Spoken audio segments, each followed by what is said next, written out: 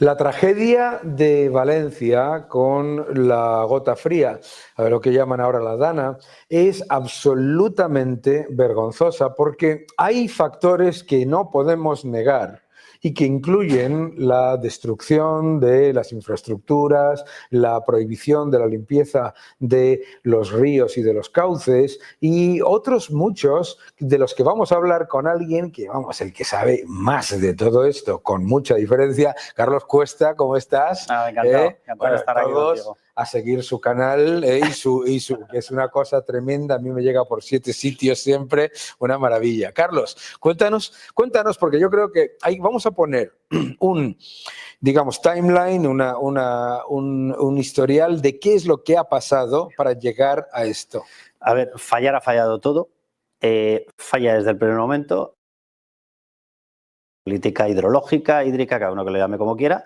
En España llevamos 15-20 años sin hacer una sola obra con respecto a los ríos. Esto es una barbaridad. Yo quiero recordar que había un plan hidrológico que nos lo pagaba Europa. Ese plan hidrológico, por cierto, recogía una presa en Cheste. Esa presa en Cheste hubiese provocado exactamente lo mismo que ha propiciado la presa de Forata y el embalse de Forata. Es decir, habría permitido una contención de agua que hubiese evitado la presa de Cheste, que estaba recogida en aquel plan hidrológico. Por cierto, para la gente de la izquierda, porque por lo visto es muy malo si viene de la derecha. Ese plan hidrológico, en el fondo, recogió un inicio de borrador que ya lo tenía un tal Borrell. Claro. Que Borrell del Partido Popular no era. Bueno, aquello ya en el plan hidrológico se multiplica, se ven todas las obras, se ha satanizado por el tema del trasvase del Ebro, que era tan malo, que los únicos que lo veían mal eran los separatistas. Vamos, traducido, que era bueno, espectacularmente bueno, y permitía que determinadas zonas secas tuvieran agua. De eso se trataba. Bueno, pues entre las distintas obras que se recogían estaba la de la presa de Cheste. La presa de Cheste hubiese permitido salvar vidas, vamos a decirlo directamente. Claro. Y justo en los caudales, justo en los cauces, donde en estos momentos tenemos el territorio sembrado de muertes, que las tenemos que contar por centenas. Bien, esa primera fase ha fallado, nos hemos convertido todos, por lo visto, en superecologistas, pero ecologistas estilo Mowgli, es de vergüenza.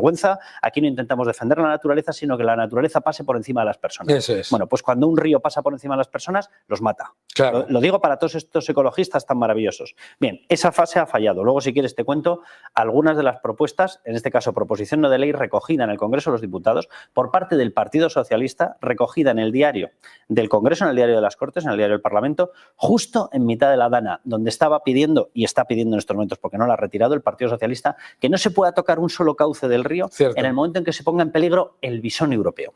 Y pone además un acento, dice, especialmente si está en periodo de procreación.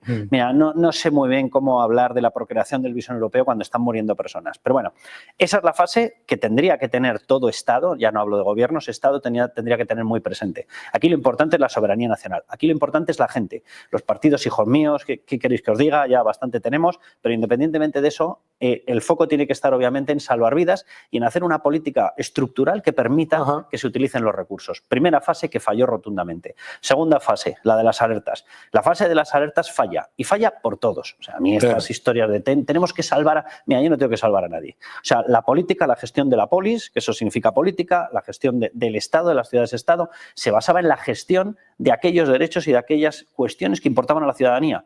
¿Vale? A la polis, no a los políticos, ¿vale? O sea, aquí lo que importa es hacer determinadas actuaciones que permitan que la población sobreviva y no sea arrollada por unas riadas. Es impresentable lo que ha pasado. Fallan las alertas desde el punto de vista de la comunidad autónoma, es decir, falla Amazon. Falla la alerta previa que tendría que haber funcionado, y el parte meteorológico fue espantoso, de la EMET. Fallan los partes que no existen o se retiran de las confederaciones hidrográficas. La explicación que ha dado Teresa Rivera, que por lo visto está muy preocupada de su nuevo cargo y de pasar un examen, Estaba haciendo lobby por allí. Lo que estaba era de fuga, sí. La fuga de Logan, pues la fuga de Teresa Rivera. Bueno, pues Teresa Rivera, que ni estaba ni se la esperaba, la gran explicación que ha dado es que ellos no vigilan barrancos.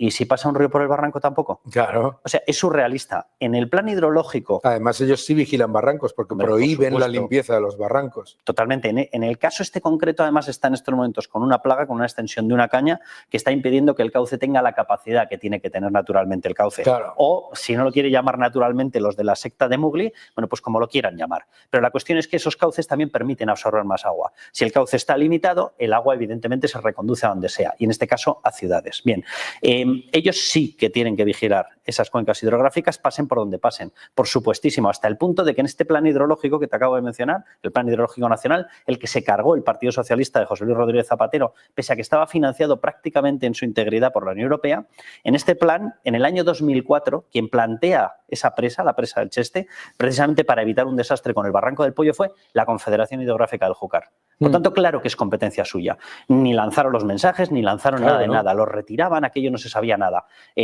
¿Eso perdona o disculpa a Carlos Mazón? No. Si tú sabes que estás trabajando con gente inepta, si sabes que estás trabajando con gente politizada, tu obligación es poner todos los sistemas de alerta tuyos y desde luego no irte a comer por 4 o 5 horas. Eso es de vergüenza. ¿La alerta llegó tarde? Llegó tarde. ¿Quién estaba en las reuniones también? La delegada del gobierno. La delegada del gobierno es la enviada personal de Pedro Sánchez. Por lo tanto, en el sistema de alertas, que es la segunda fase, la primera eran las obras estructurales, fallan todos. Falla la Comunidad Autónoma, falla la EMET, falla la Confederación Hidrográfica, que hay que recordar que es Teresa Rivera, es decir, es Gobierno de España. Y falla la delegación del Gobierno. Que si tú de veras te estás dando cuenta de que hay un presidente autonómico que está haciendo omisión de su deber, tu obligación es actuar tú. Y la delegada del Gobierno es Pedro Sánchez. Fase de alertas. Y en la fase de salvar vidas, lo siento mucho, el único que tenía capacidad para salvar vidas dice, es que no me lo ha pedido Mazón. ¿Y qué más te da? ¿Y qué más te da? ¿No eres consciente de que está muriendo gente?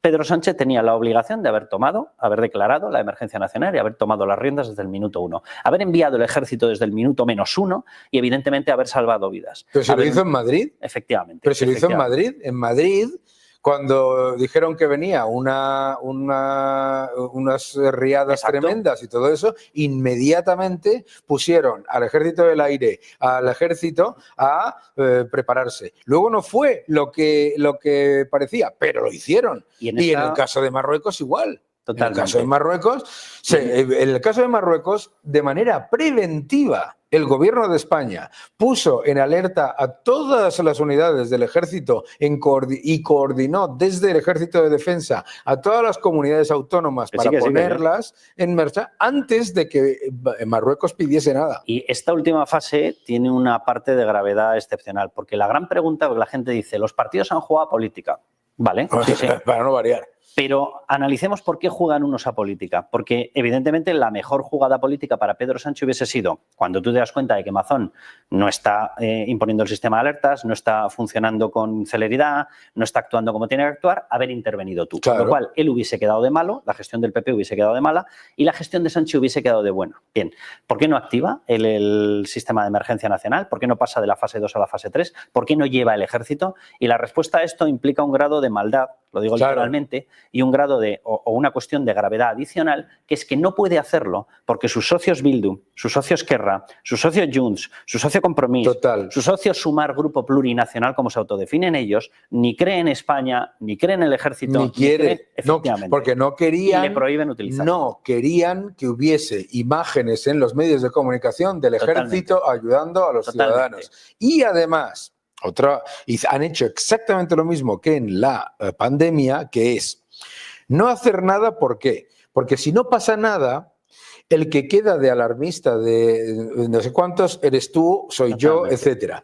Y si pasa algo, se espera a que el ser de luz que nos gobierna vuelva de la India, de su periplo. Él y Begoña Gómez, por cierto, mujer, visitando universidades, que como todos sabemos, casi no tiene casos extraños con universidades, ¿verdad? Pues, para que vuelva, y entonces él, a toro pasado, se presente como el que soluciona las cosas. Claro que lo que hicieron igual. No. Si necesitan recursos, que los pidan. Si necesitan recursos, que los pidan. Aquí el rey mago, ¿entiendes? Pero a mí lo que me parece alucinante, tú has dicho lo de las alertas. ¿Cómo puedes tener un sistema de alertas en España con ese nivel de burocracia? En Estados Unidos, cuando tienes un huracán, hay un sitio centralizado que dice que viene un huracán, salgan todos de sus casas. Y ni el Estado, ni el condado, ni nada. Que viene un huracán. Aquí, a las 7:30 de la mañana, la EMEAT saca una alarma. El gobierno no dice nada. A las 8:30, a las 9:30, a las 10:30, a las 11:30, la Confederación Hidrográfica del Júcar le paran 3 emisiones de alarma. Pilar Alegría hace una rueda de prensa después del Consejo de Ministros durante 1 hora en la que no menciona ni un solo riesgo con respecto, no menciona, de hecho, la gota fría, la Dana o como lo quieran llamar. El señor Óscar Puente no dice absolutamente nada. Estaban todos los trenes y todas las carreteras abiertas, no había absolutamente nada. Y todo a partir de las 6:30 de la tarde se va a dar cuenta. Bueno, la primera llamada de Hugo Morán, secretario de Estado de Medio Ambiente, es decir, el número 2 de Teresa Rivera, cuando llama para decirle al gobierno valenciano y le dice: no podemos garantizar que la presa de Forata vaya a aguantar. No quiero ni pensar lo que hubiese sido lo que hemos visto multiplicado por un desbordamiento, una ruptura de la presa de Forata. No quiero ni pensarlo. Esa llamada se la hace a las 20 horas. A las 8. Esa llamada se la hace a las 8 de la tarde. Y la alerta efectivamente surge. Y la alerta se la mandan por correo electrónico. Bueno, esa es otra. Por correo electrónico, es alucinante. Esa es otra. Y la alerta ya definitiva, el famoso fum, fum, fum, fum, este que suena en todos los móviles, que parece que se está sumergiendo el submarino, ese sonido, esa alerta es a las 20:11. Es decir, el gobierno autonómico, el gobierno de Carlos Mazón, se espera hasta el final, cosa que nunca jamás debió hacer. Si tú sabes perfectamente que está hiperpolitizado todo, si sabes perfectamente que hay un nivel de ineptitud brutal, tu obligación, ni comidas con periodistas ni historias, es quedarte evidentemente al frente de todo porque sabes que estás desprovisto de determinados testigos y de determinadas porque sabes que te la van a hacer. Y es tu obligación, además. Porque sabes que te la van a...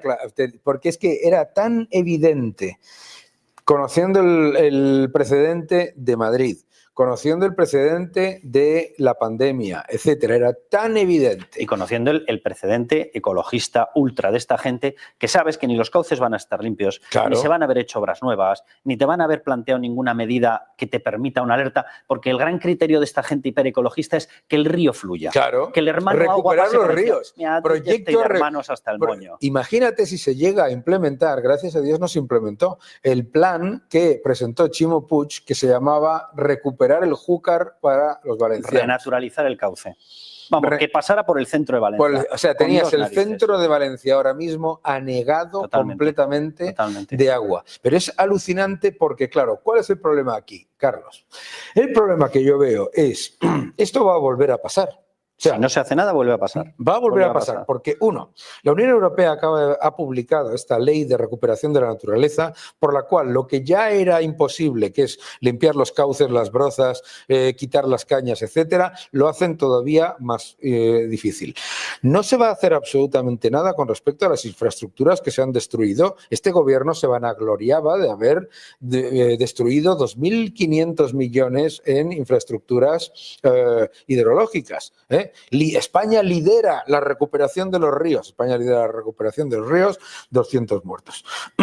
Y además, y aquí está lo más peligroso, es que ya se ha institucionalizado el hecho de que ante una catástrofe de esta magnitud se multiplica todo el entorno burocrático. Entonces, la próxima...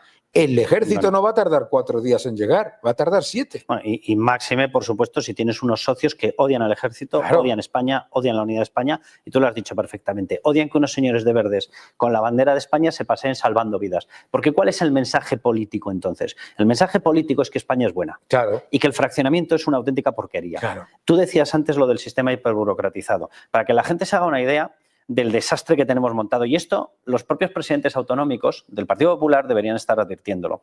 O sea, no puede ser que la comunidad autónoma tenga 2 niveles, el 1 y el 2, en los cuales el objetivo predominante en la toma de decisiones son ellos, cuando lo cierto es que las comunidades autónomas no tienen ni un solo medio de actuación para salvar vidas. Por lo tanto, ¿cómo pueden ser ellas las que tengan la responsabilidad? Hasta que pasas al nivel 3, que coge el mando el que tiene, a la Policía Nacional, a la Guardia Civil, al Ejército. La UME, este edulcorante que nos hemos buscado para no llamarle Ejército, que a mí me parece de maravilla el cuerpo, que actúa de maravilla, pero la UME es Ejército. Vale. Pues las 4 patas con las que tú puedes actuar, las 4 patas dependen del gobierno. Aquí además surge la enésima mentira. El martes, 8 y pico de la mañana, Seguridad Nacional, que es uno de los departamentos de presidencia del gobierno, no pudo reunirse con el presidente porque no estaba.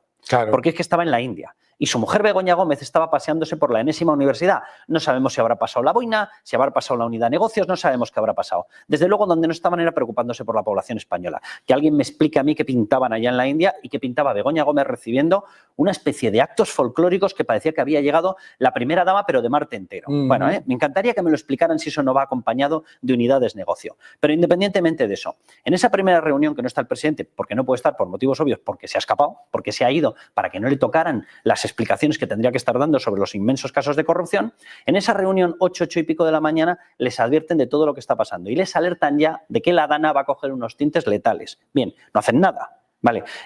Pero voy al eje de esta historia o a la esencia de esta historia. ¿Por qué le avisan? Porque evidentemente tus competencias nacen desde el minuto 0, claro, no desde la situación de emergencia 3. Claro. Porque si no, tú no puedes decretar el paso del 2 al 3 si estás ausente por completo de la información. ¿Por qué les daba la información? Que esta es la gran mentira del gobierno. Dicen, no, o me lo pide o yo no puedo actuar. Mentira. Mentira absoluta. Claro. Tú puedes actuar desde el primer momento siguiendo la información. Y desde el 2 hasta el nivel 3 de emergencia es cuando tú, porque ya tienes toda la información, dices, mire, la comunidad autónoma ha colapsado, no les bastan con sus medios. Hay que recordar que la comunidad autónoma de Valencia no tiene policía propia, claro, pero es que eso es lo de menos, porque tienes la Policía Nacional que la pagamos entre todos con nuestros impuestos y en ese momento, porque has seguido la información, deberían haber dicho esto se le ha ido de las manos. ¿Cuándo se le va de las manos? Con la primera muerte. Claro. Con la primera muerte porque no tiene medios de actuación de salvar vidas. No tiene medios. La Comunidad Valenciana no tiene medios de salvar vidas. Por lo tanto, a la primera muerte tiene que declararse la emergencia nacional. La gente está diciendo, no, emergencia nacional es porque sale cuarto y mitad, 2,5 centímetros de tu comunidad autónoma. Somos todos imbéciles. Eso no es cierto. Emergencia nacional es porque se necesitan los recursos nacionales. Claro. Porque esto es un país. Por mucho que haya muchos, Bildu, tal, y el PSOE, por cierto, que están deseando que esto deje de ser España, España es España. Claro. Y quien salva vidas es España. Y los primeros que lo han tenido clarísimo ha sido que la el único población. es que además lo que la gente no parece, lo que quieren vendernos y que a cierta gente compra es que esto hay todo tipo de recursos. No, cuando se trata de una catástrofe de esta magnitud, el único que tiene los equipos, la capacidad técnica, el historial y de estrategia y de planificación y todo lo que se necesita para de verdad hacer cosas para salvar vidas es el ejército. No lo tiene ninguna comunidad autónoma ni ningún burocrático. O sea, ahí hay mucha gente con teléfono móvil y muy poca gente con máquinas y con... El primer problema que se han encontrado para salvar vidas ha sido llevar alimentos. Claro. Y llevar equipos. ¿Por qué no pudieron llegar de forma inmediata? El martes hubiese sido difícil, pero el mismo miércoles, ¿por qué no pudieron llegar medios? Oye, excavadoras, pontoneros, bombas extractoras para ir quitando el fango, unidades que hubiesen podido llevar directamente... Helicópteros, totalmente de acuerdo. ¿Qué cojones? ¿Por qué no lo pudieron hacer? Si en todo, por favor, porque no en Belice o en Madagascar, ¿sabes? Cuando hay una... o en la boda del cuñado de Pedro Sánchez, que se fue en helicóptero. Claro. Sí, no, es que ya llega un momento en el que dices, oye, los helicópteros los podemos poner para que tú vayas a la boda de tu cuñado, exacto, pero no los podemos poner para salvar vidas, el helicóptero, ¿no? Está para que vayas a la conferencia del COP antes, exacto, pero no está para llevar un palet de comida, ¡bum! ¿Por qué no se pudieron limpiar las grandes zonas, las grandes vías de articulación y de llegada? ¿Por qué no se pudo llevar más medicamento? ¿Por qué no se pudo llevar comida? ¿Por qué no se pudo llevar agua? Porque estaban bloqueadas. ¿Qué unidad se dedica a todo eso? La unidad de zapadores del ejército. Claro. Te mete pontoneros, te monta puentes de estos militares y automáticamente tienes una vía alternativa.